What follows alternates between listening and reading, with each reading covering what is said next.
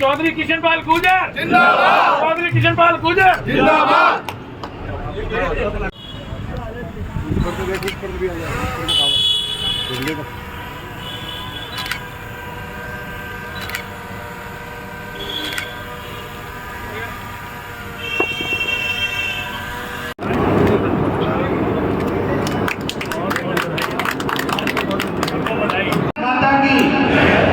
Bharatiya Janata party जिंदाबाद।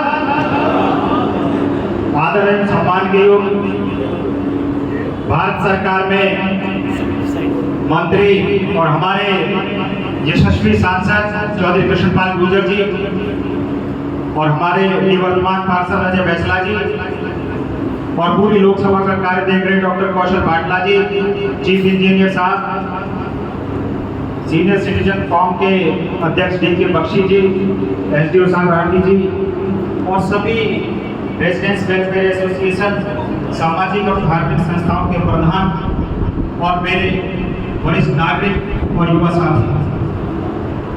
विकास कार्यों की अगर बात करें तो ये हम सब का सौभाग्य है कि मंत्री जी हमारे इसी क्षेत्र में रहते हैं और ये सब आप सबकी अथक मेहनत, अथक परिश्रम का परिणाम है कि आज पूरे देश के अंदर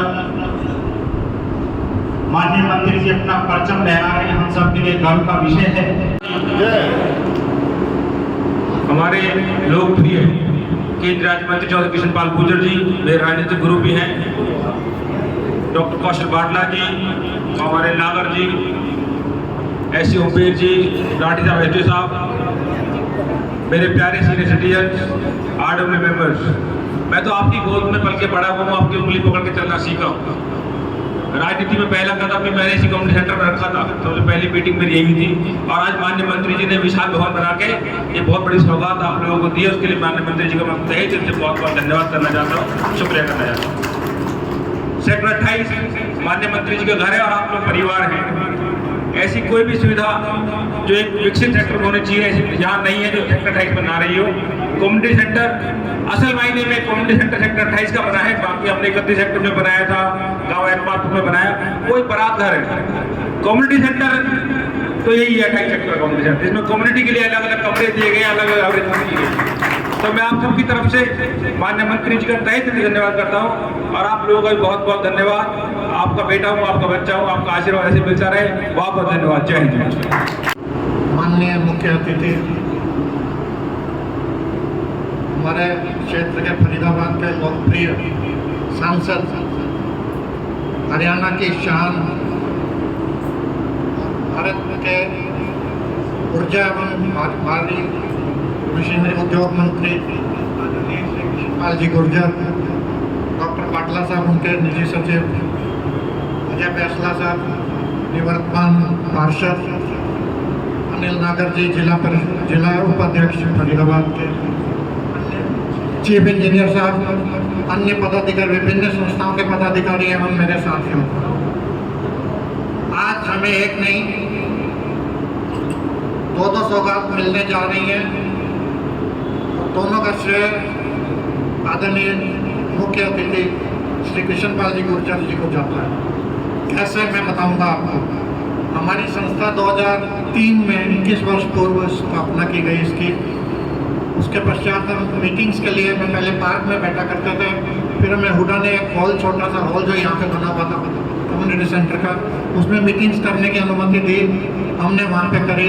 लेकिन कुछ व्यावहारिक कठिनाइयाँ आ रही थी, तो 2014 दिसंबर में आदरणीय मंत्री महोदय से हमने निवेदन किया, अपने मन की बात थी कि हमें अपना एक हॉल और मनोरंजन के साधनों के लिए कुछ और कमरे, रीडिंग रूम आदि के लिए हमें कम्युनिटी हॉल में एक अलग से हमारे लिए भवन बनाया जाए।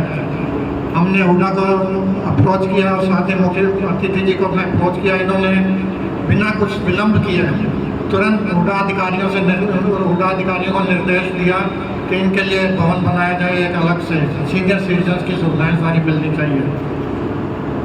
उसके पश्चात नक्शे वगैरह बने। By the time construction was to be completed, HUDA से सारे कम्युनिटी सेंटर MCF के पास चले गए। तो एमसीएफ ने इसका टेंडर किया और 2017 में टेंडर के 2019 में एक हॉल मंत्री महोदय ने हमें अलॉटमेंट करवाया। आज के इस कम्युनिटी सेंटर के उद्घाटन के अवसर पर हम सबके बीच उपस्थित हमारे यहाँ के निर्माण पार्षद अजय बैसला जी, बाटला जी, अनिल नागर जी, टी.के. बख्शी जी, अपने चीफ इंजीनियर ओपी जी, सबके नाम लूँगा तो बहुत समय लगेगा। आज इस अवसर पर आए हुए सभी आदरणीय भाइयों बहनों, पत्रकार और छायाकार, पिछले 1 महीने से लगातार सुबह से लेकर शाम तक जो पूरे देश में महासंपर्क अभियान है वो चला है और 1 महीने बोलने का काम हुआ है। तो मैं कोई लंबा चौड़ा भाषण देने के लिए नहीं, आप सबके प्रयत्न से 2 साल कोरोना के कारण भी इतनी देरी से कम्युनिटी सेंटर यहाँ बन के तैयार हुआ, आज उसको आपके हवाले किया गया है। तो आप सब 28 सेक्टर वालों को मेरी तरफ से बहुत बहुत शुभकामनाएं। देखिए, आप सब पढ़े लिखे, कोई लंबा चौड़ा भाषण, देश कैसे बदल रहा है, प्रदेश कैसे बदल रहा है, कैसे भारत दुनिया की 5वीं सबसे बड़ी आर्थिक शक्ति बन गया है, और दुनिया के जितने भी इकोनॉमिस्ट हैं, अगर सबके आर्टिकल आप पढ़ते हो और IMF की भी आप रिपोर्ट पढ़ते हो तो सबका ये कहना है कि 2027 में भारत दुनिया की 30वीं सबसे बड़ी आर्थिक शक्ति होगा, अमेरिका, चीन और भारत। और ये सब इसलिए हुआ है कि मोदी जी के लिए देश पहले, और देश तभी आगे बढ़ता है जब देश को आप पहले मानते हैं। और जिन्होंने परिवार को पहले माना वो देश को आगे नहीं बढ़ाए, उन्होंने ना देश का गौरव बढ़ाया, ना देश की प्रतिष्ठा बढ़ाई, चाहे वो कितने भी बड़े परिवारों से थे। मतलब कभी चांदी की थाली में खाने वाला ही देश की प्रतिष्ठा बढ़ाएगा, ये हकीकत नहीं है। रेलवे स्टेशन पर चाय बेचने वाला भी दुनिया में भारत के गौरव को बढ़ा सकता है, ये नरेंद्र मोदी जी ने। तो इसलिए बातें बहुत है, सारा आप देख रहे हैं। अब मैं हेल्थ सेक्टर की बात करूँ, इंफ्रास्ट्रक्चर की बात करूँ, रोड की बात करूँ, एयरपोर्ट की बात करूँ, ट्रेन की इलेक्ट्रिसिटी की बात करूँ, ट्रेन की स्पीड की बात करूँ, इंपोर्ट एक्सपोर्ट की बात करूँ। मोटा सा उदाहरण है, मोबाइल हम 8 लाख करोड़ के आयात करते थे, आज भारत 3 लाख करोड़ के दुनिया को निर्यात करता है। बच्चों के खेलने वाले खिलौने सारे दुनिया के देशों से आते थे, आज भारत दुनिया के देशों को भेजता है।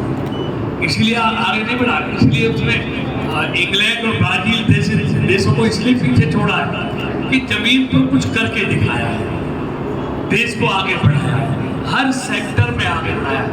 एक छोटा सा उदाहरण है, ये मोबाइल का जो GB डेटा है, आपको याद होगा, ये अगर 2014 से पहले देखें तो ये 20 GB डेटा के हमको 5 से 6 हज़ार रुपये देने पड़ते थे, लेकिन आज ये 20 GB डेटा के हमको 500-600 रुपये देने पड़ते हैं।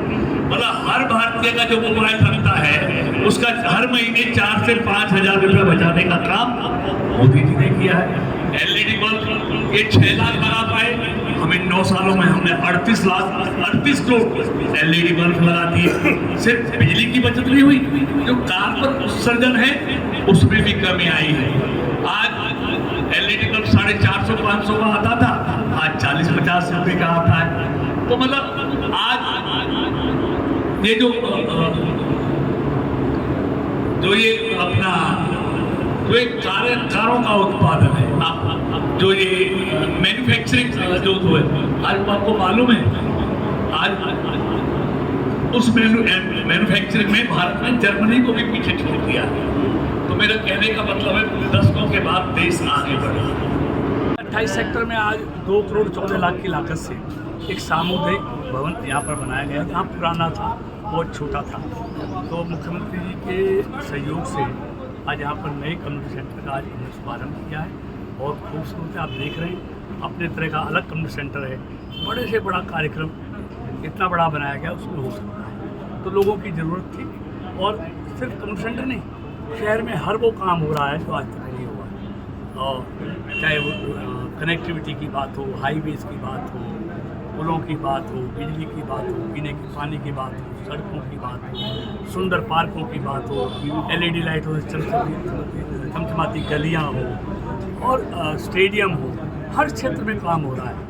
तो ये आज कम्युनिटी सेंटर का यहाँ पर उद्घाटन किया गया है। सारे सेक्टर के लोग आए, आज उनको हमने हैंड ओवर कर दिया, उनको समर्पित कर दिया।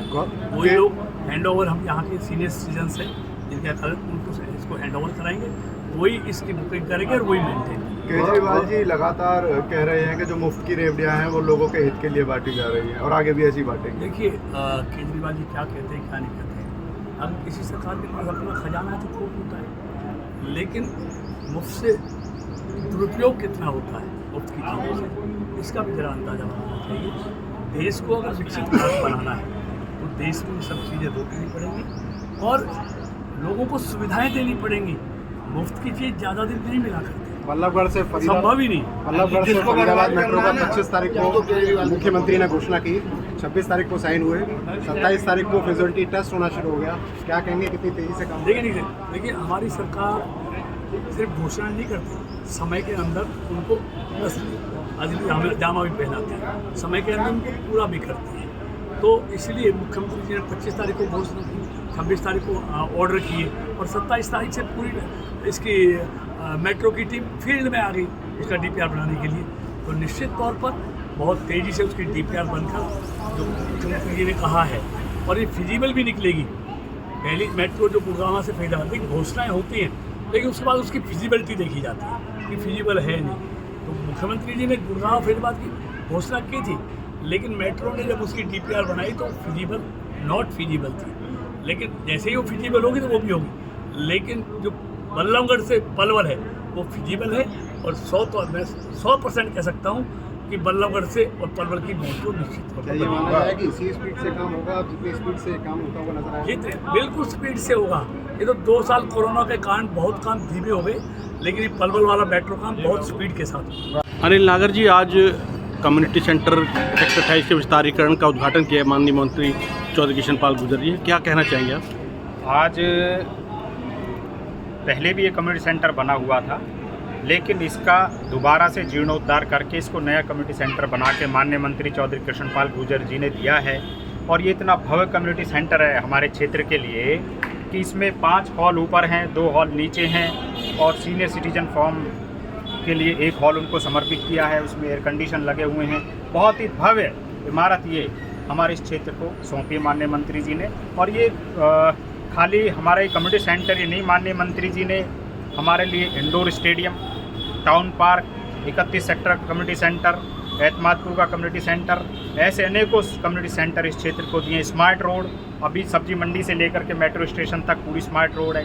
शनिदेव मंदिर से लेके 10 नंबर भट्टे तक ये लिंक रोड सारी स्मार्ट रोड बनने जा रही है। इसका पैसा भी मंजूर हो चुका है, जल्दी काम शुरू हो जाएगा। तो कहने का मतलब ये है कि ऐसे अनेकों विकास कार्य मंत्री जी ने इस क्षेत्र को दिए, उनका हम हृदय की गहराइयों से धन्यवाद करते हैं। धन्यवाद।